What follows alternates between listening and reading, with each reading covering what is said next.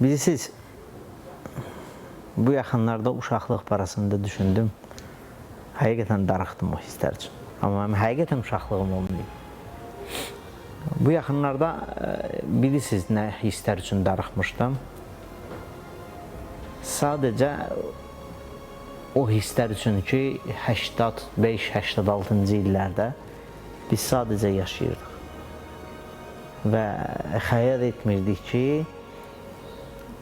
bunu edim, sabah nə olacaq?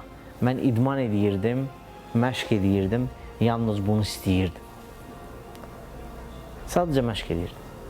Bunu istəyirdim məşq edim. Amma indi əksəriyyət idmana valideynlər övladlarını qoyur ki, idmanda hansısa bir həyatını qursun, gələcəyini qursun.